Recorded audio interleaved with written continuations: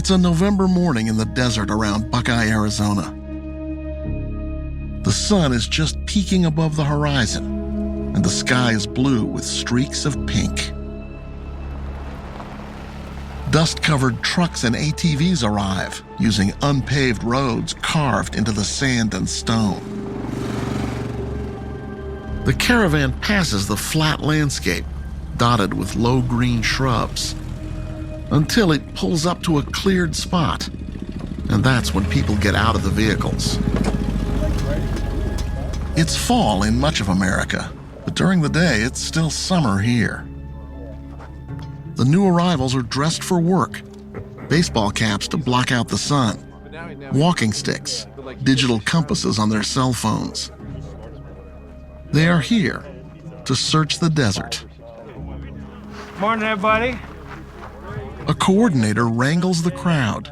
Now the climbing sun is straight in the eye line of the people about to defy it. Welcome to our latest search for Daniel Robinson.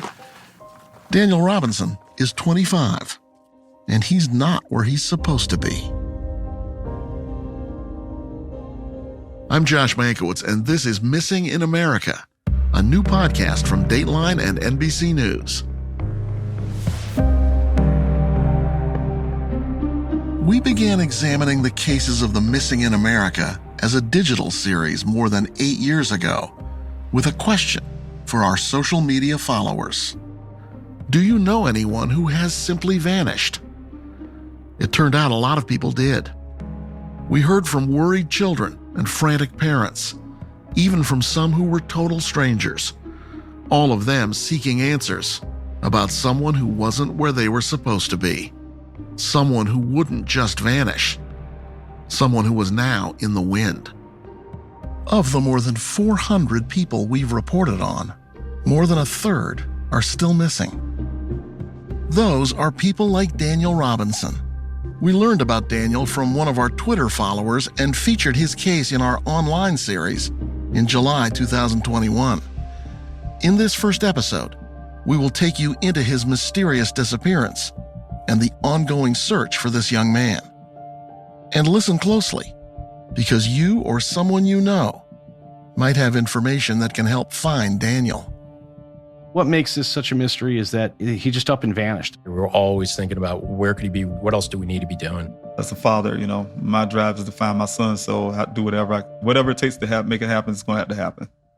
David Robinson is Daniel Robinson's father. His living nightmare started on June 23rd, 2021. When did you realize that something was wrong? Well, I was sitting back in my back porch. David was home in South Carolina, and he thought Daniel, his youngest son, was safe in Arizona. Daniel had moved there after graduating college and was working as a field geologist for an engineering company. On that June day, Daniel was scheduled to spend the morning doing field work at a development well site out in the desert. I get a call from my daughter. She also lived here in Phoenix. And she just simply, hey, Dad, one of Daniel's coworkers came by the house saying that they don't know where Daniel is. Daniel was last seen around 9 in the morning. He'd missed almost a day's worth of work. I called him immediately to try to get him on the phone, try to find out what's going on. It just ring, and then finally, of course, go to voicemail. What began as worry quickly ratcheted to panic after David's daughter drove to Daniel's apartment. Daniel wasn't home, and his car, a dusty blue Jeep, was gone too. So David Robinson did what any parent would do. He called police. We started a missing persons investigation at that point. Larry Hall is chief of the Buckeye Police Department. How do most missing persons investigations usually resolve themselves? In a lot of cases, we find people. They leave home, and a lot of times they return back. And in this case, that didn't happen. That did not happen in this case. Police spent hours doing a ground search where Daniel was last seen, a well site out in the middle of the desert. They contacted Daniel's boss and started calling his friends and other family. They checked Daniel's apartment and reviewed traffic security cameras, hoping to spot his car. One day passed, then another. And like almost any parent in this awful situation, David felt as if no one could work as hard as he could to find his son. I knew right then they weren't going to look for Daniel. I had to make a decision like really quickly, and I just grabbed everything I could and threw it in my vehicle and started heading this way. Well, that's like, 2,000 miles. What were you thinking on that drive? I couldn't get here fast enough. I felt like I made a mistake. I should have been on the plane. I just couldn't get here fast enough. I'm guessing that every mile you're thinking, he's going to show up. I was hoping so. I was hoping that the Buckeye Police Department at the time was going to tell me something like that. That call did not come. So, mile after mile, across Georgia and Alabama and Texas, David drove and thought about his son. He's always telling me he's going to live abroad and he want to visit all these countries. That's his mindset. Daniel was the happy kid, the one who hunted adventure, the young scientist in flannel shirts and cargo pants who loved nothing more than climbing a desert peak to find new additions for his rock collection. It might not have worked out that way because when Daniel was born, he was missing his right hand and part of his forearm. I would make sure of myself not to treat him any different from his siblings. As in, for instance, they play video games, he figured it out, and he often beat them in the games, so. It sounds like not having a right hand didn't really hold him back. Oh, no, not at all. Not at all. You would never know the difference. Daniel played football, weight trained. He learned the trumpet and the French horn. When Daniel want to do something, he's going to make it happen. In Arizona, Daniel and his dad were separated by 2,000 miles. They closed that gap with weekly phone calls. We keep a close relationship, his siblings and himself. We often talk to each other. We often visit each other. We have a very close family. In other words, if something was going on in his life, you'd know about it. I would. Buckeye detectives were now asking David about every detail of Daniel's life. What was his routine? How was he acting before he vanished? With whom had he been hanging around? David did tell police that lately his son had seemed a little off. Something was going on, something he didn't quite understand. Police learned in the weeks before his disappearance, Daniel had met a young woman through his side gig with Instacart. As part of their missing persons investigation, police found and interviewed the woman, who said she'd met Daniel after he made a delivery at her house. She'd been hanging out with a friend, and they had invited Daniel to stay. Numbers were exchanged, and the next day, texts. Nothing wrong with any of that. Then, the woman told police, Daniel started showing up to her house uninvited, and she had to ask him to stay away. The day before he went missing, Daniel texted her these words: "I'll either see you again, or I'll never see you again." So did that suggest something dark? Or did it just seem more significant because now Daniel was missing? Maybe I'll see you, maybe I'll never see you again. That could be interpreted a lot of different ways. Chief Hall's detectives couldn't hang their case on some offhanded comment. And while David told them this didn't sound like normal behavior for Daniel, he also worried this line of inquiry was distracting investigators. You don't really think this has anything to do with his disappearance? I really don't. Because I don't have any evidence to say otherwise. Detectives tracked down the last person they believe saw Daniel alive, a coworker named Ken Elliott. Elliott is a pump technician, and he'd met Daniel for the first time at that desert site on June 23rd to check a well. When they arrived, it was raining, so they waited for the storm to pass. Elliott told police he remembered Daniel staring off into the desert and saying something strange. He said, hey, why don't we just go over to Phoenix to relax and that type of thing. And it's like, hey, we got jobs, we got work to do here. Elliot checked the weather on his phone and stayed at the job site. Daniel, he says, got into his Jeep Renegade and drove off without a word. When Daniel was leaving, the main access road to get into the job site is east of the location. And he said that Daniel went west, which is concerning because there's nothing out there. Nothing except miles and miles of open desert. David heard these stories and says they should not be taken as evidence of some kind of mental break. Daniel never had a diagnosis for mental health. He's a happy guy. He'd never done anything that made you think he needs to be in therapy or see a professional. Exactly. He could have been thinking about the young lady. I don't know. It could be anything. But I don't think it was something where he was depressed and to a point where he would go disappear or something on his own. Still, that story of the last morning Daniel was seen provided David with important information. It gave him a starting point to look for his son. And now, almost every Saturday, he leads a group of volunteers who search around that desert spot. It seemed like it's simple, but when you're actually on the ground, actually looking, it takes time. Even with the people that we have, it takes a lot of time, effort, and money to, keep things going. But as a father, my drive is to find my son, so I do whatever it takes to make it happen. It's going to have to happen. For David, that means venturing out into parts of the Sonoran Desert more fit for beast than man. We're talking 30 miles west of Phoenix on your odometer and 30 degrees north of acceptable on your thermometer. Here in the hot, dry landscape outside Buckeye, Arizona, the temperature reaches 100 degrees, more than 120 days a year. There are 13 species of rattlesnakes in Arizona, more than in any other state. They are most active in the warmer months, especially at night. All of that makes this part of the desert a place you don't want to get lost in, and a place you don't want to have to search for your child.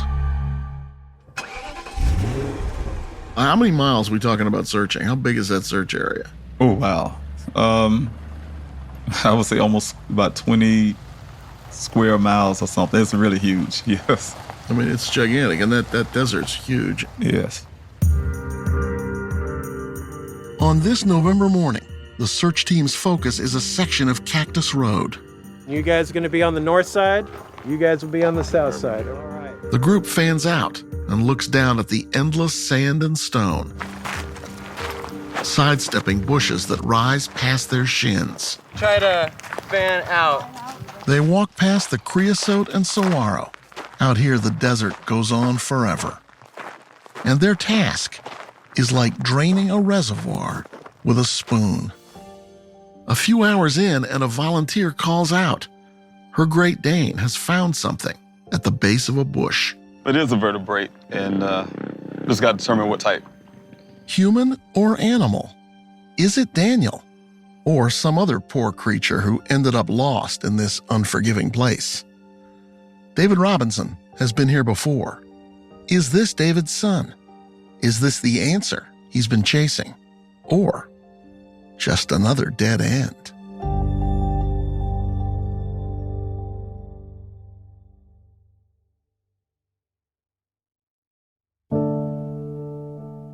It was 1 month into Daniel Robinson's disappearance, and Buckeye, Arizona detectives knew one thing for sure. No one had seen him since June 23rd. From that day on, Daniel made no calls to his parents or his siblings, and they were a family so close, they all shared passwords. There were no text messages sent to his friends back on the East Coast, and no cash withdrawn from his bank account. His cell phone, which at first would ring and ring, now went straight to voicemail. The only real lead was the desert, and Daniel's father, David, couldn't stay away. I was busy with the volunteers searching the area where my son was last seen. It was July 20th when David received a call from the lead detective on his son's case. He did alerted me that my son's vehicle was found. Of course, my heart racing because I'm thinking he's going to tell me something else in the same sentence. Holding the phone to his ear, David listened as the detective explained how a Jeep had been spotted by a rancher who was out corralling his cattle. It was definitely Daniel's Jeep, and there was, just as definitely, no sign of Daniel. The car was found only a few miles from the well site where he was last seen. When David hung up, he headed straight from his hotel to the police department, where a detective was waiting. He pulled out a picture of the vehicle, and he gave me 2 maps. He explained to me on the maps where the vehicle was found by that rancher. Of course, I couldn't keep myself together because it was a very emotional point. David could tell if his son had been in that car, he was now somewhere in bad shape. The Jeep had been found tipped on the passenger side at the bottom of a ravine. Its airbags had deployed. The ground nearby was covered in small bits of broken glass and some pieces of the vehicle that had come off. The sunroof panel was kicked out, as if someone had used it as an emergency exit. David also saw the windshield, showing an impact on the driver's side. It was a devastating moment for me to see from that picture and seeing that damage. What came next was almost more difficult. The detective pointed to a spot on the photo. Only feet from the car was an orange construction vest, work boots, and a pair of blue jeans turned inside out. Police said they'd fished around in those pockets and found Daniel's wallet. And inside the car was his college ID, his laptop, backpack, apartment keys, and cell phone. A lot of people found the scene puzzling, including Police Chief Larry Hall. Nothing on his phone suggesting he tried to call for help after the crash. No, his phone was downloaded. There was nothing there. If Daniel Robinson had left the scene and walked out into the desert, he had done so with no money and no way to call for help. And perhaps most ominously, he had left behind a whole case of bottled water in his Jeep. Experts will tell you a person can only survive without water for about 3 days. Less than that if it's very hot. So what was Daniel up to? Where was he going?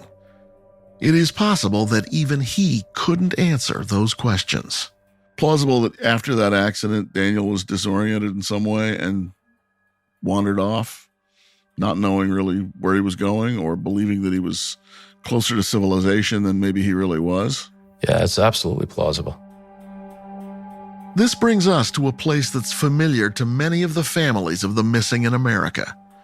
Police departments are set up to find people who are thought to have committed a crime, or to find people thought to be the victim of a crime. To Chief Hall, Daniel Robinson's case did not appear to be either one. You didn't find anything at that crash site that suggests that Daniel Robinson was the victim of a crime.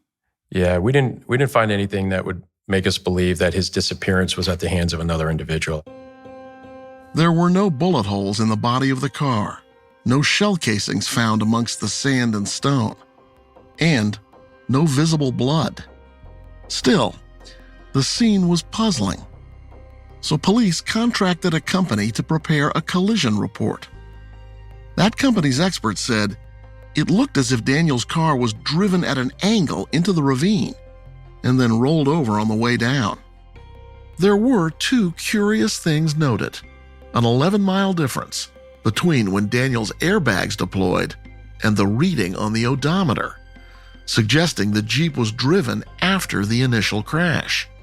The collision expert contacted a local Jeep dealership and was told an 11-mile difference was not that unusual because the vehicle has a number of sensors which are constantly feeding information to the car's internal systems. And sometimes there can be a lag, like one large game of telephone. David Robinson read through that report and could not accept the scenario it suggested. He'd already hired his own expert, a private investigator named Jeff McGrath. Like David Robinson, Jeff McGrath is a father. Jeff spent 15 years as a police officer and a detective, then became a PI, specializing in accident reconstruction.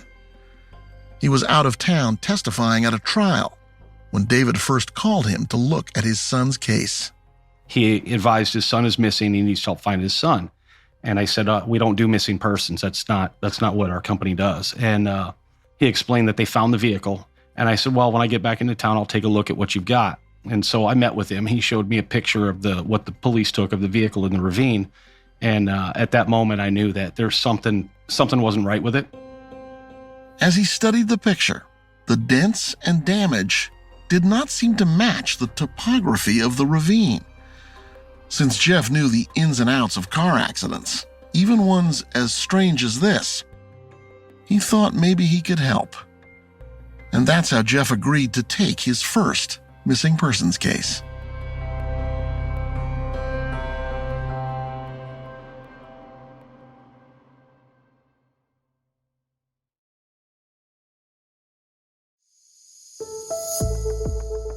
Private investigator Jeff McGrath was in the early days of his investigation when Daniel Robinson's father moved his son's Jeep to a secure location. Jeff downloaded the vehicle's onboard information system, which he said held a cache of valuable information. So what I believe is, and what the data in the vehicle supports, is that there was a collision somewhere else, that it was enough to deploy the airbags in the vehicle. The vehicle was then driven after that, and it was ultimately driven up onto this ravine out in the desert, which is about 3.5 miles from his work site. Jeff couldn't say if Daniel was driving or if it was someone else. He did know police are not labeling this a criminal case. They didn't find any evidence that supports the crime. Neither have I at this point. But I also haven't found any evidence that dismisses that as also. Jeff has poured hundreds of hours into Daniel's case, and along the way found what seemed like new evidence.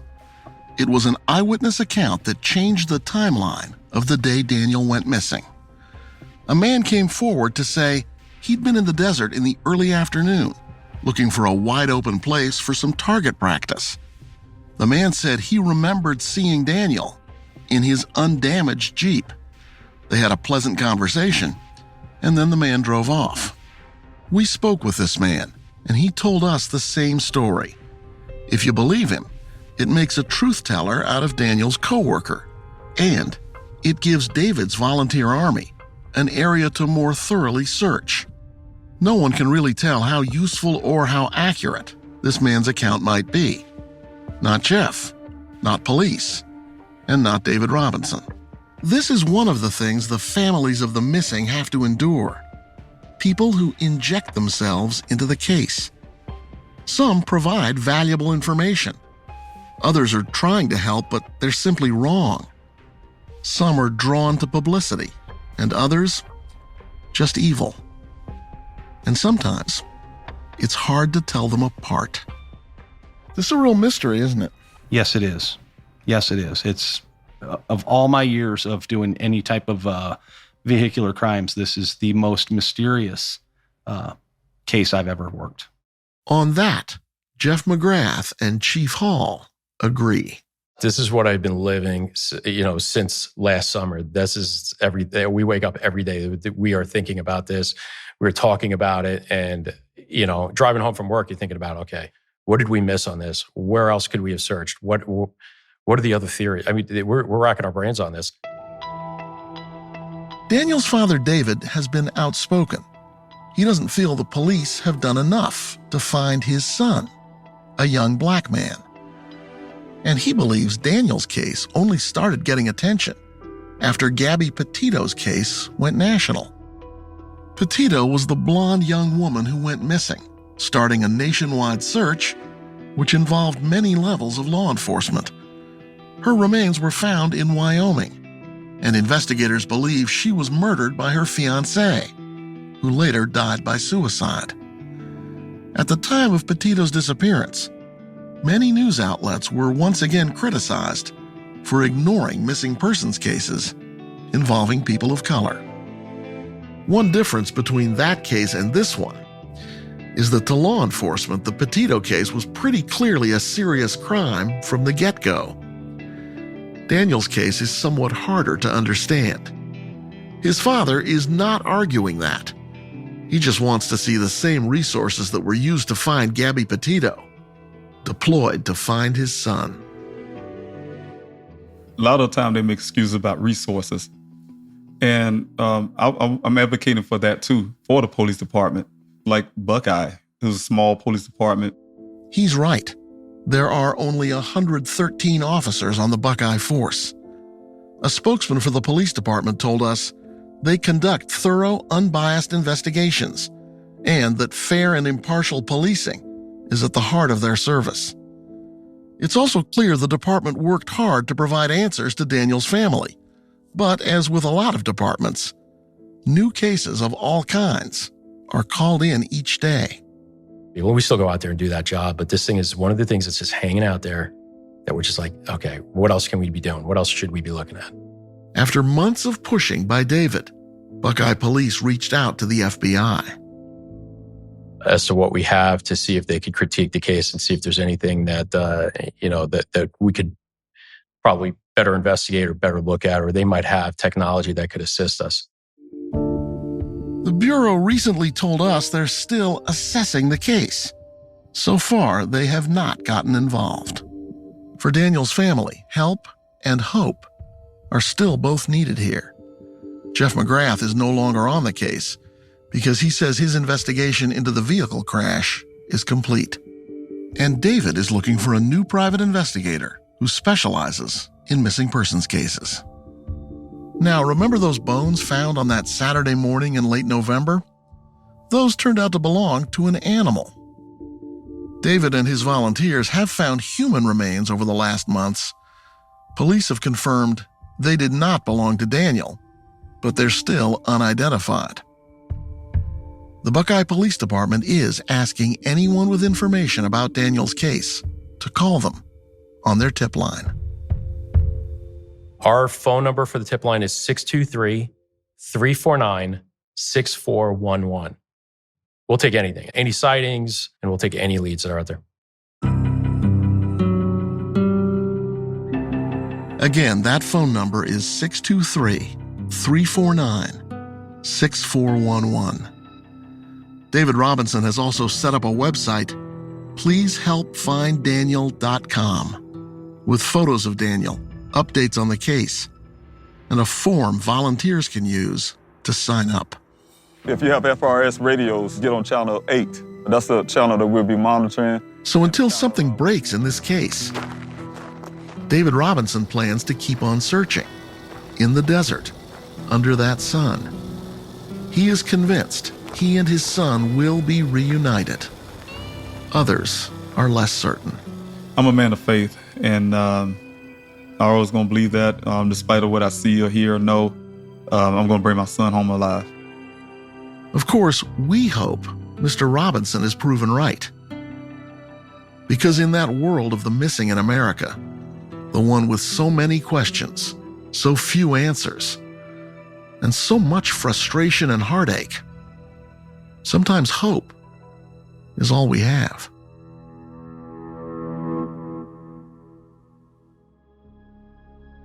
Thanks for listening. To learn more about other people we've covered in our Missing in America series, go to datelinemissinginamerica.com. There you'll be able to submit cases you think we should cover in the future. Missing in America is a production of Dateline and NBC News. Marissa Meyer is the producer of this episode. Bruce Berger and Meredith Kramer are audio editors. Susan Nall is senior producer. Adam Gorfain is co-executive producer. Liz Cole is executive producer. And David Corvo is senior executive producer. From NBC News Audio, Bryson Barnes is technical director. Sound mixing by Bob Mallory. Nina Bisbano is associate producer.